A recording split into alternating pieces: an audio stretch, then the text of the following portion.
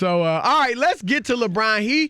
He has not spoken publicly or had not before recently about the Magic Johnson situation. Did no interviews. Didn't do, a season-ending interview with the media after Magic Johnson stepped down. But his show on HBO, The Shop, had a new episode this past weekend, and LeBron, for the first time, spoke publicly about it. Here it is. I found out from Randy. Between my stretching session, my right hand comes to me and say, Magic just stepped down. And I'm like, man, get the out of my face. I go check my phone. I look at it. Personally, for me, I came here to be a part of the Lakers organization, having a conversation with Magic. So it was just weird for him to just be like, I'm out of here. And not even have no like, hey, Bron, kiss my ass, I'm gone. It wasn't even that. All right. I'm going to give you first dibs because I know you're chomping at the bit. It's just the same thing with, LeBron does such a disservice to, and I don't know why he does it, but to the fans. Like he didn't do any of the stuff that he could have as a guy who's going to be around for 3 more years and the leader of the organization. So instead, we got to hear from Kyle Kuzma and Lonzo Ball after Magic stepped down. I'm not saying, Chris, you got to have a 4-hour press conference, but he should have been not on your show, do it for the fans. The same way when you came to L.A., you never had an opening press conference. It's not about the media. Stop it. It's about the fans. That's the least you can do is present that stuff and not have it be foul-mouthed. I get it. It's a barbershop. It's HBO. They want it to be authentic, so he has to do all that stuff. And that's the part that bothers me. Not that he can't do the shop and can't do that other stuff, Chris, but there are responsibilities to an organization that for whatever reason he doesn't feel necessary that he needs to do. That's what bothers me about LeBron in this situation. That's not the first time we should hear from you. When Magic walks out that night, you shouldn't walk out the back door as well and leave the kids to hold the bag, holding the bag and addressing the media. You are the veteran player. You are at that time considered the best player on the planet. You've been around and have more knowledge and wisdom to be able to address a tough situation. That's all. I'm not asking you to do anything that would be over and above. I'm asking you to do what you should have done, and he just doesn't do it. Well, I agree with you on a few things. Number one, when he first came to the Lakers, he should have done a press conference. Okay? No question about that. And when Magic resigned abruptly, he should have spoken. That's all. I agree. What I would say, and I think you'll agree with this, Rob, you've probably talked to other NBA writers. Obviously, you didn't really cover LeBron that closely as a beat writer or anything. But overall, he has been good with the media in terms of he speaks during the season kind of like twice a day. He'd speak at a shoot-around at a game, then he'd speak after the game. Sometimes if he didn't speak at the shoot-around, he would speak before the game, and then he'd speak after the game.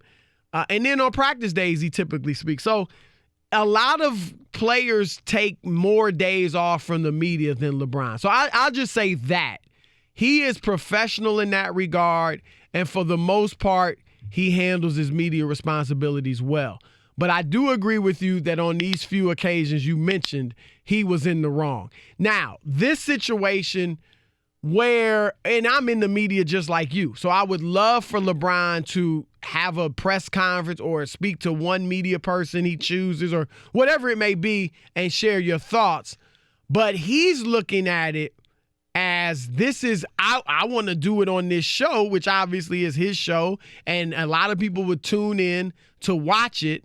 And so it's better for his show. And I'm sure his answer to you and us who say, well, it's not about the media, it's about the fans, would be, I'm still getting this out to the fan. That's kind of what Kevin Durant was saying when he was like, oh, y'all upset. I'm paraphrasing, but y'all upset a few weeks ago. He said, because we're taking the place of the media, and we're going straight to the fans. You're never taking the place of the media. And that's why I'm not bothered by LeBron, his first comments being on the shop. Because to me, that's still not Magic taking quit the place 2 weeks ago. on the media. No, more than 2 weeks ago. He's quit, what, at least 4 weeks ago. It was in the regular season still. Right. So it been was a month? Yeah, it's been close to a month. Or maybe 3 weeks. Okay. At least I'd say 4 weeks probably. Yeah. But that's not the first time he should be speaking on this. And I'm just saying, leaving it to the kids to hear Kyle Kuzma, second-year player, and Lonzo Ball, a second-year player, answering questions about the organization. Same thing with Jeannie Buss. Where is she? We still haven't heard from her. Have we heard from Rob Pelinka? We haven't heard from Rob Pelinka. No, so this is what I'm saying. This is bad. It's bad.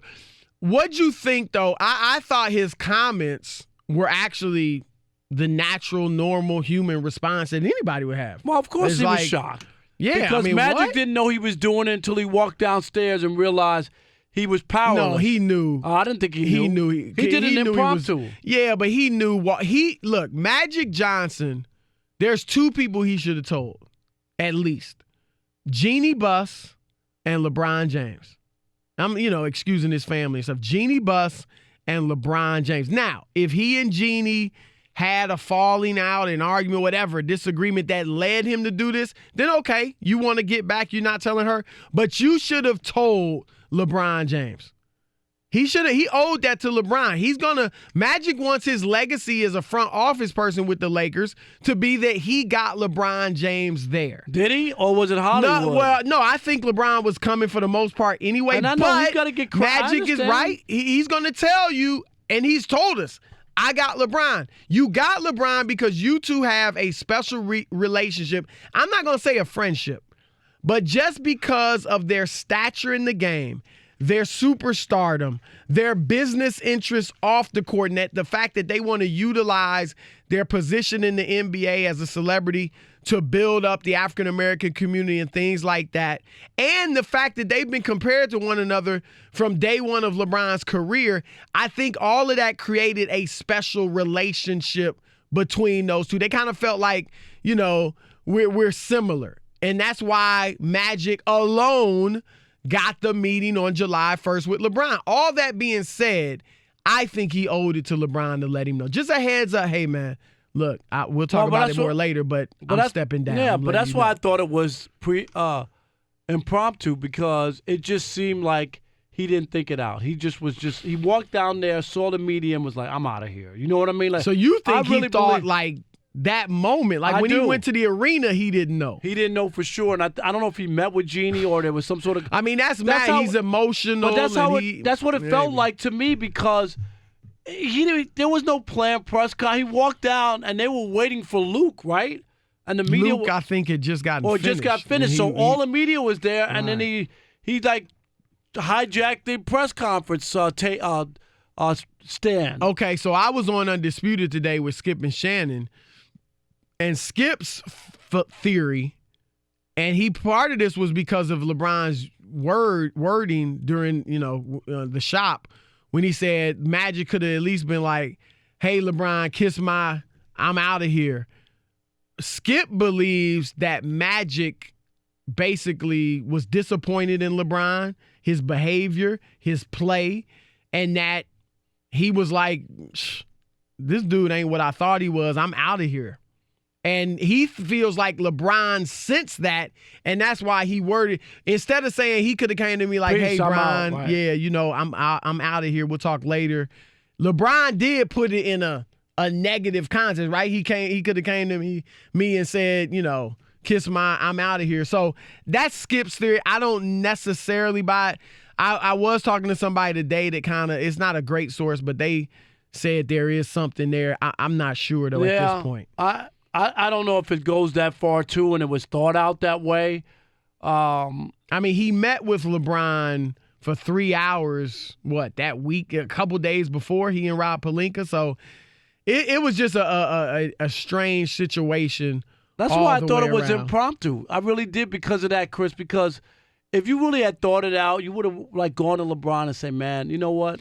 things just don't feel right. I don't know if this is the right thing. You would have done How something would you like feel? that. I think it feels like he just, to me, like he But just. you're saying that almost like that excuses it. Not excuse it, just tells you like it just How means, would you feel? Now you and I are like closer. he didn't feel like I'm not telling Jeannie, I'm not Right. telling anybody. Well, I think he may have been mad with Gene. Right, but he just said, "Man, I'm out of here." Like, dude, what am I doing here? This is a waste of my time. If That's what I got. you and I are closer than Magic and LeBron, I believe. But if I did that and just left The show without telling you, Oh, I'd be hurt. right? That's my point. Like, and you would especially be hurt. It'd be one thing. I mean, it'd be bad enough if I went to the higher ups and told them, you'd still be hurt. But if I didn't go to them, but went to the media, Right, and said, right, you really be. Oh, that yeah. makes it No, worse. I get that. So I just think LeBron or Magic should have. But then I think LeBron was right in what he said. I would be hurt for a short time because when the ratings spiked after you left, I would be happy then. Kawhi better laugh because that's a joke. What was that? That's a joke. Kawhi all late. All right. All right. 877-99 on Fox. Let's start with Tommy in Kentucky. Tommy on with the Odd Couple. Hey, guys. Really appreciate the show. Love you guys. Thank you, Tommy. Hey, just a few things real quick. I'm suspect of LeBron's injury. Yeah, he gained weight. His performance was poor after all these years in the league. I just don't see that happening. If I went to Hollywood and was a millionaire, my job probably suffered too. I don't believe that – this is big for me. I don't believe that LeBron will be able to balance business and basketball like he always has. And finally, the whole Magic thing, who's my hero, Magic, the whole Magic thing is – that was all about LeBron's show. As he continually gets older and – You mean already his comments, why one. he saved it for the show, why he saved it, his comments for the show? Is that Tommy? Yes, absolutely, yeah. absolutely. Oh, yeah. No question. Right. No It question. ain't right to the fans, though, Tommy. No Thanks for question. the call. Appreciate it. What about Mike in Austin, Texas? You're on the Odd Couple, Fox Sports Radio. What's up, Mike? Hello. Hello. Hello, guys. A long-time listener. Really appreciate y'all's show. Thank you. I think what it all stems from, it was right after that 4-hour meeting Magic had with Jenny and whoever else was in the meeting. He was so pissed, and it just happened so abruptly. Whatever was said in that meeting, I think, he told Jenny, he said, look, you brought me in and had given me total control of this team, and now you're telling me that I can't fire this guy, Salenko, whatever his name is, I can't get rid of him. I think this what Magic going to do all the time. But something happened in that meeting that changed the whole landscape of the whole thing. Because when Magic came out of that meeting, if you notice in that press conference, every time they asked him a question, he paused before he said anything because he was carefully choosing his words because he didn't want to, give off no negative vibes. Yeah. But I think he should have told. Hey, Mike, I agree with you. I think it was. That's why I keep saying. I just think he got down there. But the meeting was the day before. But he just there must have been something that was said that triggered him where he just said, I don't want to do this anymore. Let's go to John in Jupiter, Florida. John, you're on with Chris and Rob. Hi, good evening, guys. First time caller. I'm a little nervous. No, don't be nervous, and we appreciate your support, John. Thanks for listening. Thank you. A couple of things. I think LeBron is more about entertainment and business than actually playing basketball right now. I'm a big LeBron fan, but he is not treating the fans right. He's more about his business. I don't blame him for that. However, I don't think this has too much to do about basketball. About Magic, I think Magic knew that he was going to quit. Before he went to the press conference, that was not like something that was not planned. He actually said that. He said like during the day, a couple of days before, some staff members was asking him about things, planning for the future. In his head, he was thinking, hey, I'm not going to be here. So he was thinking it. So he knew he was already gone, like days prior that he did that. So thank you, guys. Really appreciate your time, guys. Thanks, John. Thanks a lot, for John. calling. Let's do it. What is that? Renata. Renata in Columbus, Ohio. You're on the Odd Couple, Fox Sports Radio. What's up, Renata?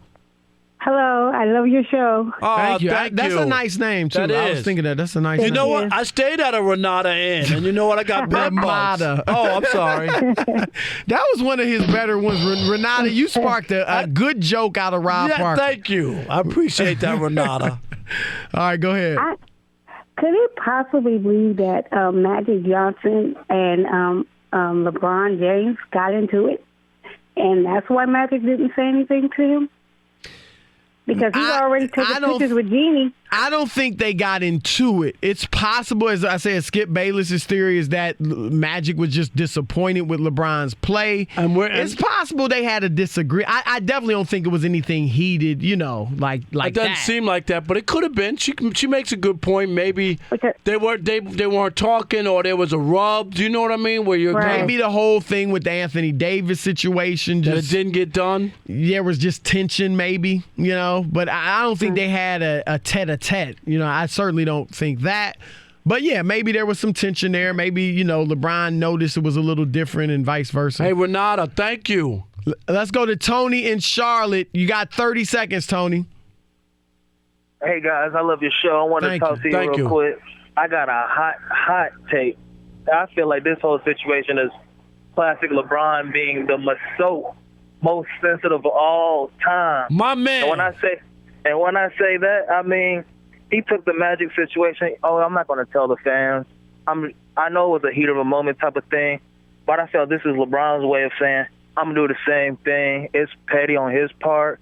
He could have told the fans, hey man, this is how I feel. But no, he wanted to wait for his show. So I think that's his most sensitive move, petty move, because he felt some type of way about the Magic situation. All Thanks, right. guys. I love your show. Thanks a lot, Tony. Appreciate it. Yes, Tony in Charlotte.